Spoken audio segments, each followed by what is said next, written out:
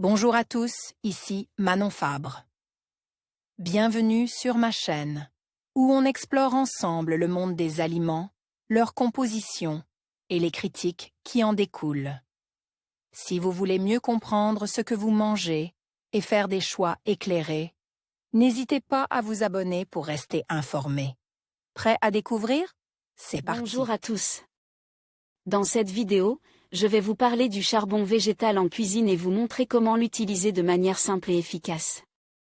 Vous découvrirez ses bienfaits, ses différentes applications et quelques recettes faciles à réaliser. Que vous soyez novice ou déjà familiarisé avec cet ingrédient surprenant, je suis sûr que vous trouverez des astuces intéressantes pour l'intégrer dans vos plats. Alors, restez avec moi et plongeons ensemble dans l'univers du charbon végétal. Le charbon végétal, qu'est-ce que c'est?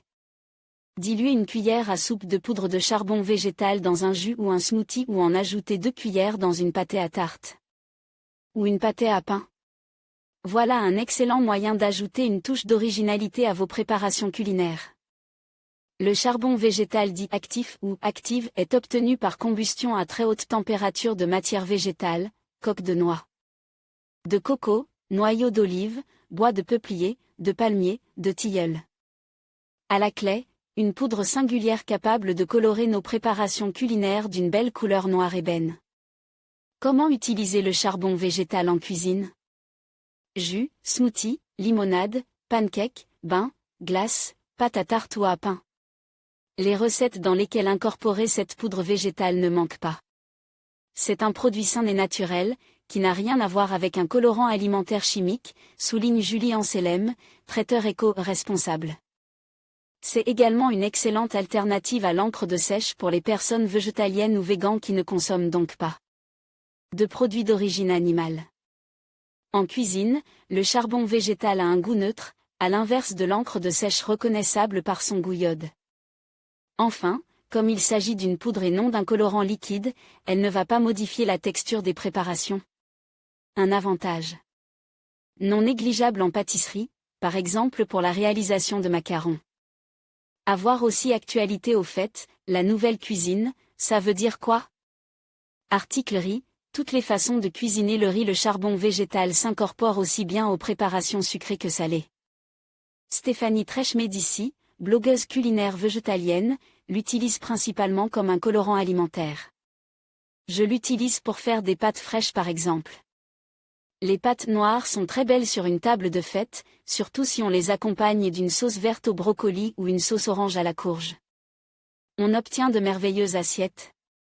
Pour réaliser ces tagliatelles fraîches au charbon végétal, Stéphanie incorpore directement 8 g de charbon végétal active à la farine de blé dur. Voir sa recette de tagliatelle au charbon végétal. Julie Anselem, traiteur éco-responsable, aime incorporer le charbon végétal à ses recettes de pâte à pain, à tarte ou à blinis. Cela fait l'effet d'un trompe-l'œil. En cuisine, j'aime jouer le jeu des contrastes, explique-t-elle. Les atouts santé du charbon végétal. Le charbon végétal est traditionnellement utilisé en phytothérapie pour lutter contre les ballonnements, les douleurs intestinales ou pour détoxifier l'organisme. Lors de son passage dans nos voies digestives, le charbon végétal va capter puis neutraliser les toxines et les gaz intestinaux. Il peut ainsi retenir jusqu'à 100 fois son volume en gaz. Retrace Caroline Gaillet, diététicienne et phytothérapeute.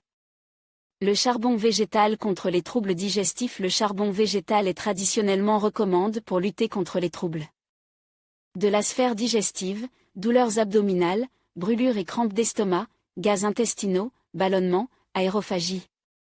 À la clé. Un effet ventre plat. Cela ne signifie pas que le charbon végétal fait mincir, nuance Caroline Gaillet. Il permet toutefois de dégonfler en limitant les ballonnements intestinaux.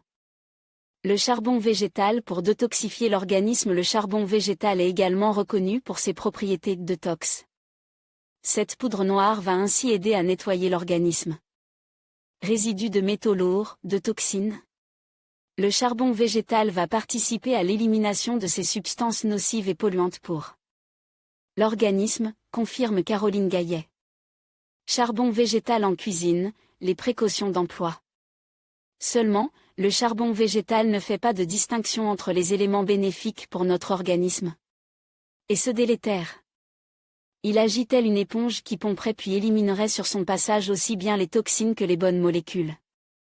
Et parmi ces bonnes molécules, on retrouve les vitamines et minéraux présents dans notre assiette. Voilà pourquoi, en phytothérapie, il est recommandé de prendre le charbon végétal à distance des repas. Les recommandations en cuisine sont donc, à utiliser oui, mais avec parcimonie. Vous pouvez tout à fait ajouter, de temps en temps, une cuillère à café de poudre de charbon végétal à vos préparations culinaires. Mais pas à chaque repas. Consomme en excès, les propriétés absorbantes du charbon végétal pourraient en effet vous exposer à de potentielles carences nutritionnelles. Recommande Caroline Gaillet. Enfin, si vous prenez la pilule ou suivez un traitement médicamenteux, la prise de médicaments ou de contraceptifs oraux devra se faire en moyenne 2 heures après la consommation de charbon végétal. L'objectif d'une telle recommandation ?